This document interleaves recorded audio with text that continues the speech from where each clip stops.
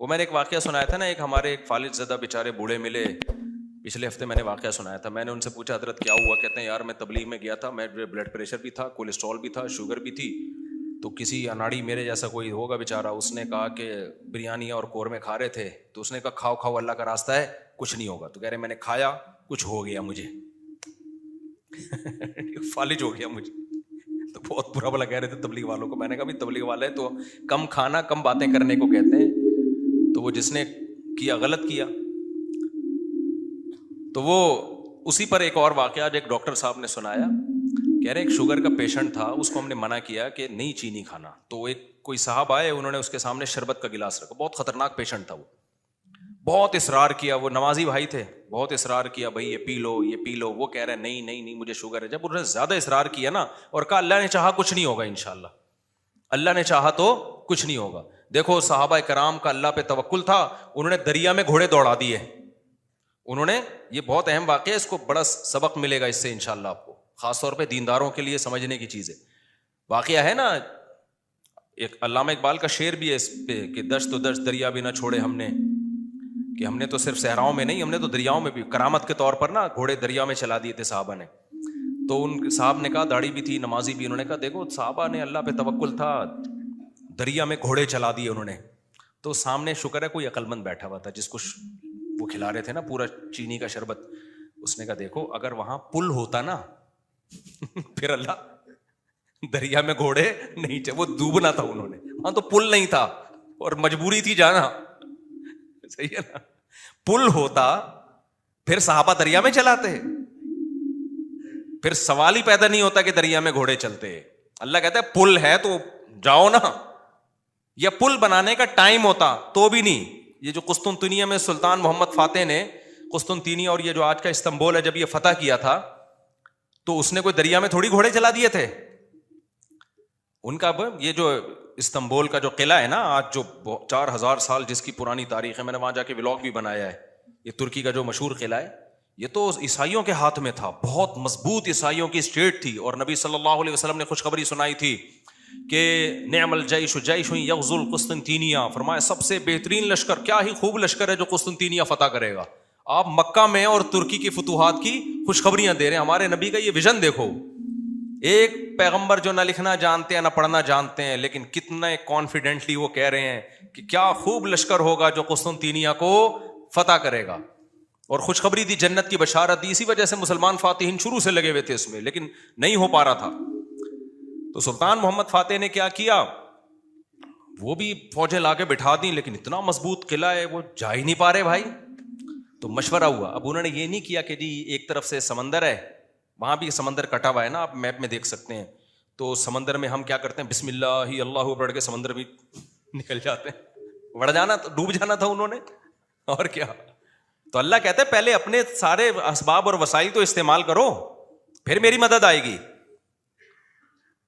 تو سلطان محمد فاتح نے مشورہ لیا، بھائی کیا کریں یار، یہ تو ناممکن ہے. پیچھے پورا یورپ تھا نا، وہاں سے بھی تو مدد آ رہی تھی ان کی، تو ناممکن تھا اسباب کی دنیا میں بھی. 600 سال ہو گئے، علاقہ ہی نہیں فتح ہو کے دے رہا. اب تو کچھ کرنا پڑے گا کہ نہیں کرنا پڑے گا، اب تو کچھ کرنا ہے بھائی. تو ماہرین بیٹھے، انہوں نے مشورہ دیا، استخارہ نہیں نکالا. خوب سمجھ لو کہ استخارہ نکال کے دیکھتے ہیں فتح ہوگا تو ٹھیک ہے، نہیں تو واپس چلو. دیکھو وہ اسباب بھی اختیار کرتے تھے اور اللہ سے دعائیں بھی. سلطان محمد فاتح کے لشکر میں ہمیشہ کوئی نہ کوئی اللہ والے بزرگ اس وقت کے ہوتے تھے، ان کو صرف دعاؤں کے لیے لے کے جاتا تھا. وہ دیکھتا تھا نا ایک بزرگ ہیں، وہ لڑ نہیں سکتے، بوڑھے ہیں، کوئی بات نہیں حضرت آپ ہماری صف میں ہوں گے، ذکر کریں گے اور اللہ سے دعائیں، کیونکہ اللہ تقوی اور ذکر پر مدد کرتا ہے. تو ایسے سیکولر نہیں تھے کہ ہم اپنی توپوں پہ اعتماد کر لیں خالی، نہ نہ نہ، ہمیں اللہ والے بزرگ بھی چاہیے. تو ایک نہ ایک بزرگ اس کی صف میں ہوا کرتے تھے جن کا کام ہے اللہ سے دعائیں مانگنا. خود بھی مانگتا تھا، لیکن بھائی وہ اپنے آپ کو سمجھتا تھا ہم اس لیول کے نیک نہیں ہیں، تو ایسے ایک بزرگ ہوں گے، ان کی برکت ہوگی، اللہ ہمیں فتح دے گا. اور دوسرا اسباب بھی دبا کے استعمال کیے انہوں نے. سلطان محمد فاتح نے جب دیکھا نا یہ اتنا بڑا قلعہ اور اتنی چوڑی دیوار، میں نے وہ ولاگ پہ آپ دیکھ لیں، اس پہ اتنی چوڑی دیوار ہے بھائی، اس پہ تو پوری بیل گاڑیاں چلتی تھی دیوار کے اوپر، امپاسبل، ناممکن اس کو فتح کرنا. تو سلطان محمد فاتح نے بزرگ بھی رکھے اپنے پاس، اللہ اللہ بھی ہو، ذکر بھی ہو، اور پھر اپنے انجینئرز کو آرڈر دیا دنیا کی سب سے بڑی توپ بنائی اس وقت اس قلعے کو فتح کرنے کے لیے, جس کو دیکھ کے آدمی, وہ توپ میں دیکھ کر آیا ہوں اس کا ڈیزائن, یا شاید وہی توپ رکھی ہوئی مجھے یاد نہیں ہے. اتنی بڑی توپ بنائی ہے نا, اس سے جو لوہے کا گولا نکلے گا تو دیوار میں کچھ ہلائے گا تھوڑا سا, وہ دیوار کو جو ایسے جب 1000-2000 گولے نکلیں گے تو شاید دیوار میں کچھ دراڑ آ جائے. اتنی اسٹرگل کی اس نے, اور اتنے لوگ, ہم نے تو ترکی میں نا انہوں نے وہ بنایا ہوا ہے ایک آڈیٹوریم میں نا, وہاں پر ایک جیسے نہیں سیارہ گاہ ہمارے یہاں آپ کو ملتی ہے ادھر, پلانیٹوریم دیکھا ہوگا آپ نے, تو ایسے ہی انہوں نے وہ پوری تاریخ دکھاتے ہیں ویڈیو کی شکل میں, بڑا مزہ آتا ہے وہ دیکھنے میں, بڑا جوش پیدا ہوتا ہے یار, کیا خون خرابہ, اور ادھر سے گولے, پورا وہ منظر انہوں نے تاریخ کی کتابوں سے نکال کے اس کو فلمایا ہے. لیکن ایسے نہیں کہ پروجیکٹر پہ, بلکہ آپ جائیں گے نا تو آپ کو ایسا لگے گا آپ وہاں 3D میں آپ سمجھ لیں, آپ کو لگے گا آپ وہاں پہنچ چکے ہیں. وہ ایسا چیخیں نکلتی ہیں یار وہ منظر دیکھ کے, ایسے تھوڑی پیڑے کھائے ہیں مسلمانوں نے یار, پوری دنیا پہ حکومتیں کی ہیں, آج بیٹھے ہیں وزیر اعظم بن نہیں رہا, صحیح ہے نا.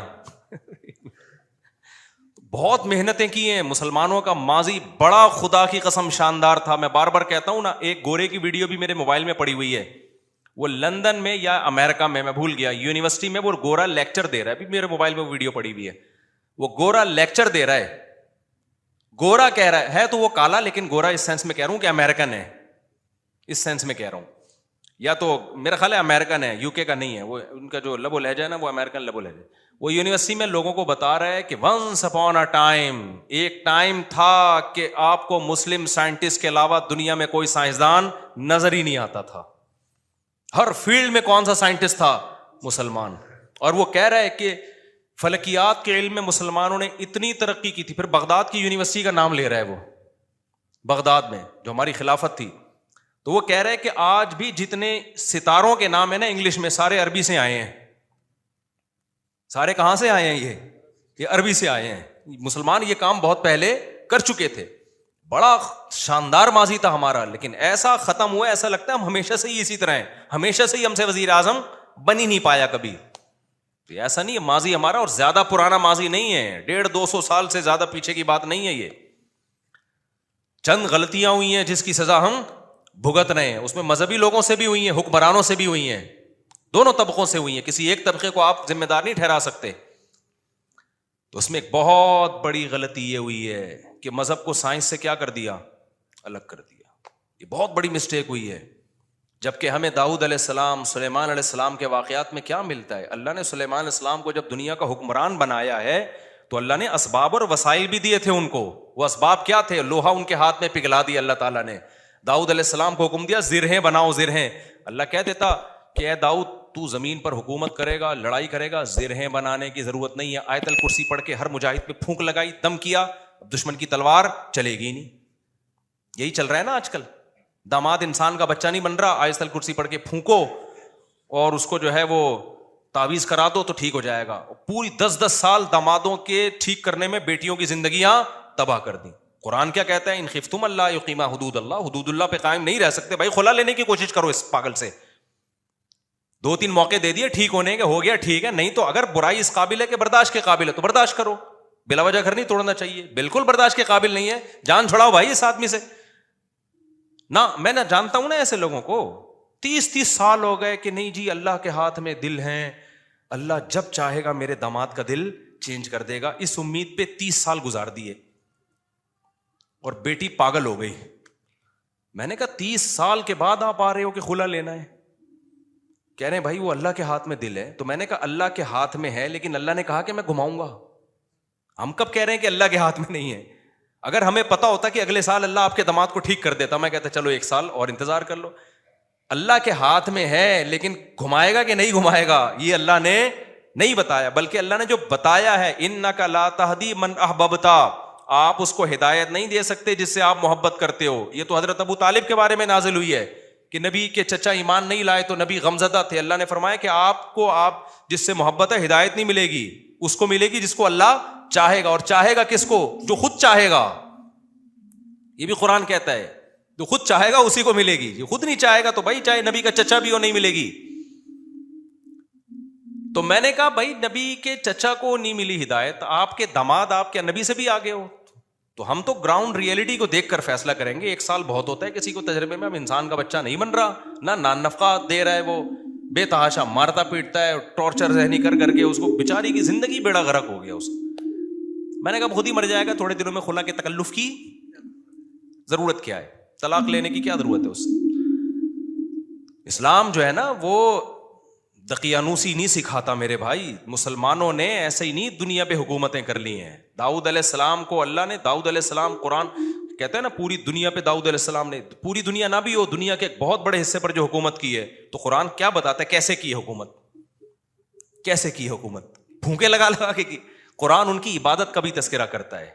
دن میں روزہ رکھتے تھے, راتوں کو تہجد پڑھتے تھے, اس کا بھی تذکرہ کرتا ہے. یہ بھی ضروری ہے, ورنہ ایک سیکولر فوج میں, مجاہدین میں اور ایک مذہبی لوگوں میں کوئی فرق نہیں رہے گا. اللہ کہتے ہیں جب تم اللہ کی راہ میں لڑو گے کثرت سے اللہ کا ذکر کرو, کیونکہ تم لڑ رہے ہو اللہ کی مدد پہ, تو اللہ کو یاد بھی تو رکھو نا. لیکن ساتھ ساتھ اسباب اور وسائل بھی خاندانی طریقے سے استعمال کرنے ہیں. تو اللہ نے داؤد علیہ السلام کو کیا کہا, زرہیں بنائے لوہے کی. اور کیسے کہا, یہ بھی نہیں کہا کہ بنا دیں بس, باقی میں خود ہی جوڑ دوں گا. قدر فی السرد, ان کی لڑیاں جوڑنے میں بھی اندازوں سے جوڑیں کہ کیسے اس کو. اندازے کا مطلب کیا ہے, کیونکہ جب زرہیں بنائی جاتی ہیں نا, لوہے کے لباس جو جنگ میں استعمال ہوتے ہیں, تو ظاہر ہے جس فوجی کے لیے, جس مجاہد کے لیے بنوائی جا رہی ہیں, اس کو لیٹنا بھی ہوگا, اس کو بیٹھنا بھی ہوگا, اس کو گھوڑے پہ چھلانگ لگا کے بیٹھنا بھی ہے, تو وہ موویبل ہوں, وہ مڑ سکیں آسانی سے. تو اس کے لیے بہت ٹیکنیکل طریقے سے اس کو ایڈجسٹ کرنا ہے. تو قدر کا مطلب اس کی ایڈجسٹمنٹ بڑی خاندانی ہونی چاہیے. نہیں آئی میرا خیال ہے بات سمجھ میں. یہ بھی نہیں کہا کہ اللہ میاں نے کہ زرہیں بنانے رسی سے جوڑ لینا. یہ ایک تار نہیں ہوتی جو الیکٹریشین کے پاس ہوتی ہے, یہ والی تار سے یوں کرنا. ہمارے یہاں جگاڑو کام ہو رہے ہوتے ہیں کہ نہیں ہو رہے؟ جاپان میں جگاڑو کام نہیں ہوتے. ہمارے ہر کام کیا ہے, کمپیوٹر کو بھی ٹھنڈا کر رہے ہیں پنکھے پہ نہ آگے. میں نے نیٹ پہ ایک ویڈیو دیکھی ہے, سسٹم کو ٹھنڈا کرنے کے لیے نا ایک الگ سے پنکھا چلایا ہوا ہے جو کمپیوٹر کو کم اور آپ کو زیادہ ٹھنڈا کر رہا ہے. منہ پہ ہوا آ رہی ہے ڈائریکٹ اس کی. خیر, تو قدر فی السرد, مینجمنٹ اسلام کا ایک حکم ہے. صفوں کو سیدھا کرنے کا حکم ہے یا نہیں ہے؟ اللہ میاں کہتے ہیں نماز پڑھنے آؤ, تھوڑے بہت آگے پیچھے ہو گئے کوئی مسئلہ نہیں ہے یار, قبول کرنے والا کون ہے؟ اللہ ہے, کر لے گا. نہ اتنی بھائی جب کھڑے ہو سیدھے, تو پھر سیدھے ہونے چاہیے. ذرا سا بھی پیٹ آگے نکلا ہوا نہ ہو, سینہ آگے نکلا ہوا نہ ہو. نبی صلی اللہ علیہ وسلم اقامت کے بعد کیسے صفوں کو سیدھا کرتے تھے. مینجمنٹ دیندار لوگوں میں ختم, سارے باتیں الٹی ہو رہی ہیں, اللاجیکل باتیں کروا لو. کورونا میں تو دماغ پی گئے تھے لوگ ہمارا. کووڈ پہ ہم نے کہا نا, ڈاکٹر کہہ رہے فاصلہ رکھو تو رکھ لو فاصلہ. ہر آدمی بھائی توکل کے چکر میں کورونا والا آدمی منہ پہ جا کے چھینک رہا ہے لوگوں کے. یہ کون سا اسلام ہے بھائی؟ خیر, تو وہ اس کی بات بڑی پیاری تھی نا. میں داؤد علیہ السلام کا بتا رہا تھا نا, کیسے زرہیں بنائی انہوں نے اور کتنی پاورفل حکومت, پھر فوج تیار کی ہے. پھر سلیمان علیہ السلام کو آپ دیکھ لو, ان کا تخت تھا, ہیرے جواہرات تھے, اور کیسا تاج تھا ان کا, یہ بھی بھرم کے لیے. تو اس میں ہمیں یہ بھی ملتا ہے کہ اگر بھرم ڈالنے کے لیے آپ کو اچھی ڈریسنگ کرنی پڑے اور خاندانی لائف اسٹائل ہو تاکہ سامنے والے پہ بھرم اچھے پڑے, تو یہ بھی شریعت کا حکم ہے. جیسے حضرت معاویہ رضی اللہ تعالیٰ عنہ کا بڑا شاہانہ لباس تھا, تو کسی نے حضرت عمر کو شکایت لگائی کہ یہ گورنر بنے اور اتنا بہترین خوبصورت لباس پہن کے چلتے ہیں پھرتے ہیں, یہ تو دنیا سے محبت کی علامت ہے. حضرت عمر تو پھٹے پرانے کپڑے پہنتے تھے, پیون زدہ کپڑے پہنتے تھے. تو حضرت عمر نے خط لکھا, بھائی یہ کیا شکایت ہے؟ حضرت معاویہ نے فرمایا, یا رسول اللہ, میں جن لوگوں پہ حکومت کر رہا ہوں, یا امیر المومنین, میں جن لوگوں پہ حکومت کر رہا ہوں نا, ان کی نظر میں, میں مفہوم بیان کر رہا ہوں, ان کی نظر میں لباس کی بڑی ویلیو ہے. یہ مجھے ویلیو نہیں دیں گے اگر میں غریبوں والا لباس پہن کے گھوموں. تو یہ سیاست تھی ان کی, اور یہ حقیقت ہے کہ آپ کا سب سے پہلا امپریشن کس کا پڑتا ہے؟ آپ لباس کا پڑتا ہے. آپ کے لائف اٹھنے بیٹھنے کا اسٹائل کیا ہے آپ کا, وہی آپ کے کپڑے میں 10 قسم کے پیوند لگے ہوئے ہوں, اگلا کہے گا ابے بھائی یہ تو شاید ان کے پاس پیسے ہی نہیں ہے, تو ہم سے کیا لڑیں گے یہ, ٹھیک ہے نا. تو لڑائی کے لیے ظاہر حضرت معاویہ کے پاس جب دشمن کے وفود آیا کرتے تھے تو ان کی ڈریسنگ دیکھ کے ان کو اندازہ ہو جاتا تھا بھائی یہ چھوٹے لوگ نہیں ہیں. سوال پیدا ہوتا پھر حضرت عمر نے ایسا کیوں کیا؟ بھائی وہ ان کو ویسے ہی اتنا اللہ نے روب دیا تھا کہ وہ ان کپڑوں میں ہی بہت روب تھا ان کا. اور ہمارے نبی صلی اللہ علیہ وسلم کے جو پیون زدہ کپڑے تھے تو حدیث میں تو آتا ہے نبی کے چہرے پہ اللہ نے اتنا روب ڈال دیا تھا کہ 1 مہینے کی مسافت سے دشمن کانپنے لگتا تھا. کہ نارملی حکم جو شریعت نے دیا ہے بھائی آپ کی ڈریسنگ, آپ کا لباس سارا کیا ہونا چاہیے, سوٹیبل ہونا چاہیے. کوئی چیز ایسی نہیں ہونی چاہیے جو سوسائٹی آپ کو کوئی گرا ہوا آدمی سمجھنا شروع کر دے. سمجھ میں آ رہی ہے بات کہ نہیں آ رہی ہے؟ نہیں آتی, لیکن جب رشتہ لینے جاتے ہو تو پھر آتی ہے. پھر نہا دھو کے ڈیٹول سے نا 3 پیس سوٹ پہن کے جائیں گے, پھر مجال ہے کوئی پیون زدہ کپڑے پہن کے چلا جائے. تو سادگی ہے تو پھر جانا چڈی بنیان دھوتی بنیان میں جا بھائی تو وہاں پہ. کیونکہ ہر وقت نا لوگ علماء کو یہ دیکھو سادہ ہونے چاہیے, ان کی پگڑی دیکھو, ان کے کپڑے دیکھو, اور ہمارے تو کوئی ہیں بھی نہیں. تو خیر, تو وہ میں جلدی سے وہ بتا دوں نا, وہ جو شربت کا گلاس رکھا نا, تو وہ ڈاکٹر صاحب مجھے واقعہ سنا رہے تھے, آج ہی کی بات ہے. شوگر کے بڑے اسپیشلسٹ آئے ہوئے تھے, گپ شپ تھی ان کے سے. تو وہ کہنے لگے کہ اس نے کہا کہ دیکھیں جو صحابہ نے دریا میں گھوڑے دوڑائے تھے نا, پل نہیں تھا وہاں پہ. اگر پل ہوتا تو وہ دریا میں گھوڑے نہیں دوڑا, اور اگر پل بنانے کا ٹائم ہوتا پھر بھی نہیں دوڑا. پھر یہ میں اپنی طرف سے ایک اضافہ کر رہا ہوں, پل بنانے کا ٹائم ہوتا, اسباب و وسائل ہوتے, پھر بھی نہیں جاتے. اور واپس جا کے دوبارہ آنے کا ٹائم ہوتا پھر بھی دریا میں گھوڑے نہیں ڈالتے. وہ ایک مجبوری تھی کہ اس کے علاوہ کوئی آپشن تھا نہیں. تو سلطان محمد فاتح نے بھی یہی کیا ہے. اس نے کیا کیا کہ بزرگ بھی رکھے ہوئے, اللہ سے دعائیں مانگے, اور پھر اسباب اور وسائل اختیار کیے. بھائی یہاں پانی ہے تو پانی کو کراس کرنا ہمارے لیے, سوری پیچھے سمندر ہے, بیچ میں خشکی ہے, پانی نہیں تھا, خشکی سے ہٹ کے آگے پانی ہے. تو اب آگے ہم گھوڑوں پہ جائیں گے اگر, تو گھوڑا پانی میں نہیں جا سکتا. تو انہوں نے یہ نہیں کہا صحابہ کرام نے پانی میں گھوڑے دوڑا لیے تھے تو ہم بھی خشکی تک جائیں گے, اور قسطنطنیہ میں بیک سائڈ سے حملہ کرنے کے لیے نا, باقی بسم اللہ ہی توکلت علی اللہ پھونکوں والی سرکار ہوتی تو مسئلہ ہی حل ہو گیا تھا یار. سلطان محمد فاتح نے کیا کیا, مشورہ کیا, بھائی کیا کریں. مشورہ یہی طے ہوا کہ یار کچھ نہ کچھ تو کرنا پڑے گا. تو ایک ماہر نے مشورہ دیا کہ دیکھو ہم جو ہمارے بحری جہاز ہیں, کشتیاں بہت بڑی بڑی تھیں, جہاز نمائی تھیں وہ, تو ہم ان کو جب تک خشکی پہ چلا کے آگے پانی تک نہیں پہنچائیں گے نا, تو ہم یہ قلعہ کبھی بھی فتح, مزید 600 سال لگ جائیں گے ہمیں, ناممکن ہے. ہمارے پاس اب ایک ہی آپشن ہے, جانیں ضائع ہو رہی ہیں, روز تیر اندازی ہو رہی ہے, لوگ ڈیلی بیسس پہ شہید ہو رہے ہیں, اور پہلے بھی کئی حملے ناکام ہو چکے ہیں. تو اب یہ رسک لینا پڑے گا, آر یا پار. اب یہ بہت مشکل کام تھا. کیوں؟ رات میں لوگ سو رہے ہیں, راتوں رات آپ نے یہ کرنا ہے. اب خشکی پہ کیسے چلائیں بھائی پانی, یعنی اس جہازوں کو؟ تو اس کا طریقہ یہ ہے کہ جتنے جانور ہیں نا, اونٹ, گائے, دمبے, سب ذبح کر دو, اور سب کی چربی کو پگھلا کے زمین پہ ڈال دو. اور یہ صبح صادق سے پہلے پہلے کام کیا ہو جانا چاہیے, ختم. اور اس کے بعد یہ کشتیاں رکھ کے نا, لکڑیاں رکھ کے ان کو دھکے دیں گے, کیونکہ ورنہ کون لے جا سکتا ہے. کیونکہ اگر دھکے دے دے کے تو ناممکن ہے نا خشکی پہ, آپ کسی ایک چھوٹی سی لانچ کو دھکا دینے کی کوشش کرو, کوئی بھی نہیں دے سکتا. تو ہوگا یہ, اور دیں گے بھی اتنا ٹائم لگ جائے گا کہ دشمن تو دیکھ لے گا بھائی یہ لوگ تو یہاں سے آئے, تو راتوں رات یہ کام کرنا ہے. کتنا بڑا یہ گوروں نے ہسٹری میں لکھا ہے کہ ایسا کام کیا ہے جس کا تصور نہیں تھا. اتنی محنت خرچ ہوئی ہے اس کے اوپر. کیا موٹی موٹی توند اور موٹے موٹے پیٹ ہوتے اگر اس وقت مسلمانوں کے, اور صبح و شام بریانی اور قورمے کے ڈھکن کھل رہے ہوتے, اور تیجے کے نام پہ, 40ویں کے نام پہ, شب برات کے نام پہ یہ سب چیزیں کھا رہے ہوتے, تو یہ کر لیتے؟ بولتے کیوں نہیں؟ میں بار بار کہتا ہوں کسی بڑے پیٹ والے کا مذاق اڑانا مقصد نہیں ہے. کچھ لوگوں کا نیچرلی پیٹ بڑا ہوا ہوتا ہے, وہ تو قدرت کی طرف سے, وہ صحابہ میں بھی تھا, بڑے بڑے بزرگوں میں تھا. لیکن یہ جو کھا کھا کے توندے نکل رہی ہیں نا, زیادہ کھا کھا کے, یہ بہت برا عمل ہے. نبی صلی اللہ علیہ وسلم کی بخاری کی حدیث ہے, اس امت میں سب سے پہلی جو برائی آئے گی نا, جھوٹ اور بڑے پیٹ, موٹاپا. یہ حدیث ہے صحیح. تو قدرتی طور پر کسی کا پیٹ بڑا ہے تو ایک الگ بات ہے. تو اب انہوں نے کیا کیا, فوراً وہ ساری جانوروں کو رات کو, بھائی اب یہ اس کے علاوہ کوئی آپشن ہمارے پاس نہیں. پھر اللہ سے دعائیں بھی مانگ رہے ہیں, دعائیں بھی مانگ رہے ہیں کہ اللہ ہمارے بس میں جو تھا ہم نے کر دیا. تو وہ پگھلا کے پورا فرش بنایا راتوں رات.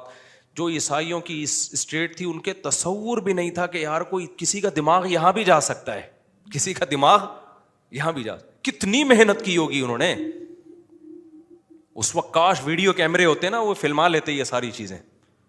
پھر وہ راتوں رات کشتیاں لے جا کے نا اس پہ سب کو پار کیا, پانی میں اتار دیا. صبح صادق سے پہلے وہ بہت بڑی فوج مجاہدین کی وہ پیچھے سمندری جہازوں پہ سوار ہو چکی تھی. صبح صادق سے پہلے یہ کام ہو چکا تھا. اور پھر بیک سائڈ سے نا پانی پہ اترے وہ لوگ, اور پھر انہوں نے حملہ کیا. وہ عیسائیوں کو تو انہوں نے تو آگے دیکھ رہے ہیں نا, وہ ان کو کیا پتا پیچھے سے بھی کوئی حملہ کر سکتا. ادھر سے انہوں نے تیر اندازی کی ہے, ادھر سے پیچھے سے حملہ کیا. وہ تو حیران ہو گئے, یار یہ بندے آئے کہاں سے ہیں یہ لوگ, بیچ میں تو خشکی ہے, اس میں تو جہاز آ ہی نہیں سکتا. یہ اسٹرگل اور یہ محنت کرنی پڑتی ہے بھائی, پھر قومیں بنتی ہیں. وہ زوں سے نہیں بن جاتی خالی قومیں. تو یہ ہے اسباب. اب موسیٰ علیہ السلام جب آگے دریا کے آگے آ کے کھڑے ہوئے ہیں, تو اگر وہاں پل ہوتا تو پھر لاٹھی کو حکم ہوتا کہ سمندر پہ ماریں اور وہ 12 چشمے اس سے 12 راستے بن جائیں, پھر ہوتا. اللہ میں کہتے ہیں پل سے جاؤ بھائی. یا واپسی کا آپشن بھی اگر ہوتا نا کہ بھائی فرعون پیچھے سے آ رہا ہے, آگے راستہ نہیں ہے, تو یہ والا راستہ یہاں سے, تو بھی یہ نہ ہوتا, یہ والے راستے سے جائیں. جب تک اسباب اختیار کرنا ممکن ہوتا ہے اللہ کی آسمانوں سے مدد نازل نہیں ہوتی. اللہ کہتے ہیں پہلے پورے اسباب تم نے اختیار کرنے ہیں, اس کے بعد پھر میں جہاں تم ختم ہوگا وہاں سے میں شروع ہوں گا. ہم لوگ کچھ کرنے سے پہلے ہی ڈائریکٹ کہاں استخاروں پہ چلے جاتے ہیں, ڈائریکٹ.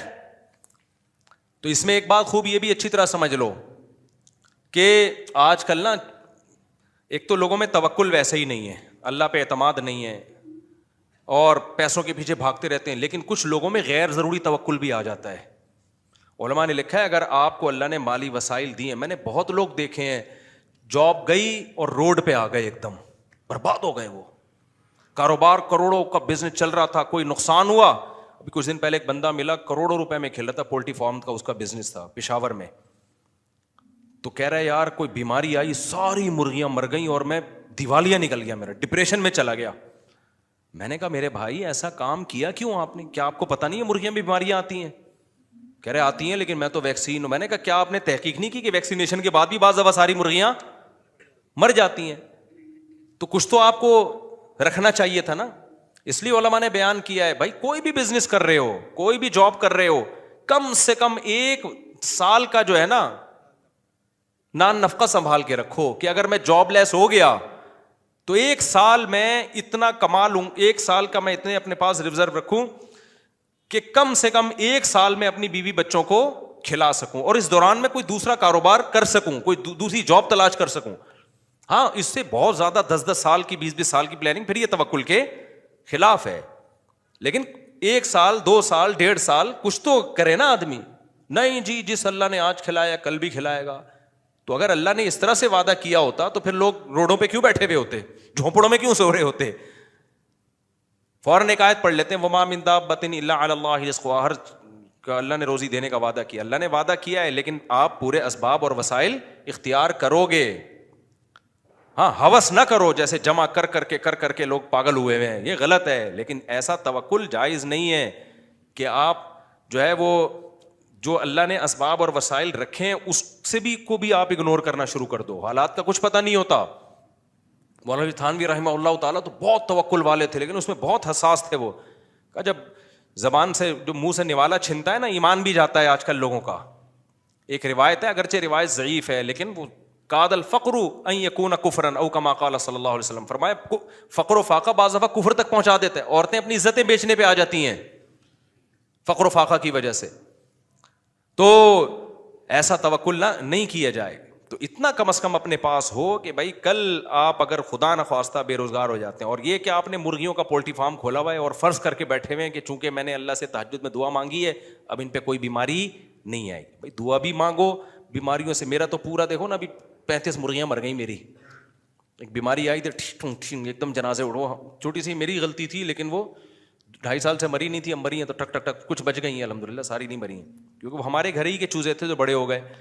تو ایک غلطی ہوئی تھی مجھ سے, اب انشاءاللہ آئندہ وہ غلطی نہیں کروں گا, لیکن تجربہ تو بڑھ گیا نا, نقصان تو ہو گیا نا. تو اللہ پہ اعتماد اور توکل اس کا ایک مطلب ہے جو شریعت نے بتایا ہے. تو وہ شوگر کے پیشنٹ نے بڑی اچھی بات کی, اس نے کہا حضرت جو گھوڑے دوڑائے تھے نا صحابہ کرام نے وہ پل نہیں تھا وہاں پہ, اس وجہ سے مجبوراً دوڑا لیے تھے. تو اللہ میاں نے مجھے کھانے کی اتنی چیزیں دی ہیں کہ میں بھوک سے مر نہیں رہا ہوں. اگر مر رہا ہوتا تو جان بچانا فرض تھی, پھر میں یہ شربت کا گلاس اللہ پہ توکل کر کے پی لیتا کہ فی الحال تو جان بچاؤ, پھر دیکھیں گے شوگر کہاں جا رہی ہے کہاں نہیں جا رہی, یا اور چیزیں جو ہے وہ میرے لیے دنیا میں ختم ہو گئی ہیں, یا شوگر سے میں نے مرنے کا ارادہ ہی کر لیا ہے, خودکشی کا ارادہ ہی کر لیا ہے, تو پی لوں گا. تو کبھی بھی اس طرح کے یہ بے موقع توکل ہوتا ہے. ایک اور ہمارے دوست تھے, ان کو بھی شوگر, وہ بھی اسی طرح کہہ رہے یار بندہ کھاتا ہوا بس جو جو جو ٹینشن لیتا ہے نا وہ مر جاتا ہے. تو یہ سب فضول قسم کی باتیں ہوتی ہیں. اللہ نے مسلمان جو ترقی نہیں کر رہا نا اس میں ان باتوں کا بہت بڑا دخل ہے. جب یہ اپر لیول پہ ہوتی ہیں تو پھر اپر لیول پہ نقصان ہوتا ہے. انفرادی زندگی میں اس طرح کی باتیں ہوتی ہیں تو انفرادی زندگی میں نقصان ہوتا ہے. سمجھتے ہو کہ نہیں سمجھتے ہو؟ اب